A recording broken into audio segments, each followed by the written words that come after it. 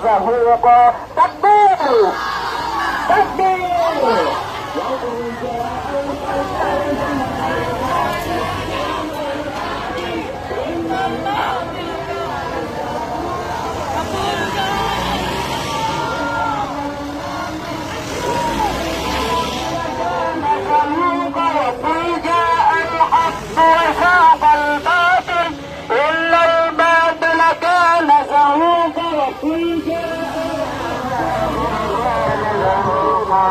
وقل جاء الحق والحق ذهب الباطل.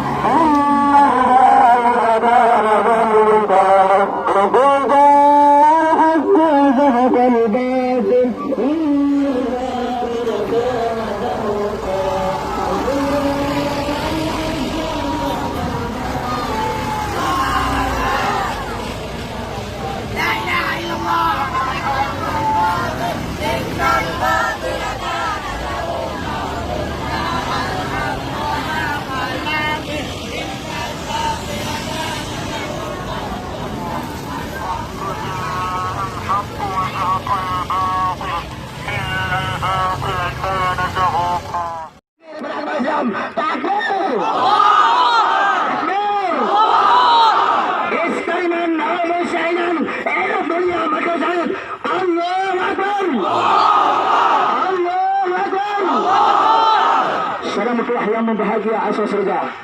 Pertama-tama penghormatan kepada Bandung seluruh alumni dan para guru-guru kamu yang kehadir kepada orang yang berbahagianya, dan juga penghormatan kepada Bandung Santriwan, dan juga penghormatan kepada Bapak Kapolres dan Bapak Kapolsek dan seluruh jajaran Bruneian dan Bandung, dan kepada kaum muslimin dan muslimat, mudah-mudahan kita Bandung kami kepada Allah berbuat ridha Allah dunia juga untuk hormat akhirat asal surga. Amin. Bahagia Rasul berkata mar'a minkum mungkaran falyughayyirhu biyadihi. Apabila ada kekalahan kemungkaran, maka tegah dengan jari kata biyadihi, itu kekuasaan. Orang-orang yang ada kekuasaan tegah amal ma'ruf nahi munkar. Sedangkan kamu orang hana danyan, tapi kamu Nasirul Raja yang hebat, tiada hebat daripadanya ialah Allah Subhanahu wa taala jalla jalaluhu. Allahu Akbar. Allahu Akbar. Allah Subhanahu wa taala menjadikan alam semesta Allah yang Maha Agung, lain daripada Allah Subhanahu wa taala. Hamba-hamba yang lemah, Allah yang Maha mendengar, selain daripada Allah Subhanahu wa taala. Hamba yang diberi pendengaran, Allah yang Maha Kuasa, selain daripada Allah hamba-hamba yang diberi kuasa. Maka saudara telah membahagia asal surga. Allah yang sangat hebat, Allah bersifat dengan sifat latif, Allah bersifat dengan sifat lembut. Andai kata hanta terima Allah bersifat lembut, latif Allah, kasih sayang Allah, penasih Allah, ridha Allah hantatung. Allah nasifat sabah dengan sifat qahar. Allah sifat memaksa.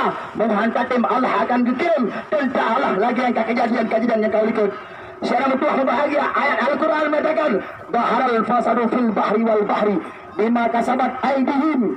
Kalah kerusakan dengan akibat olah tangan-tangan manusia dari lautan ataupun daratan, ya, dan mereka akan dikirim di Allah cobaan bagi sebahagian jadi perhatian, dan mereka sebahagian akan memberi petunjuk oleh Allah Subhanahu wa taala. Secara telah membahagia.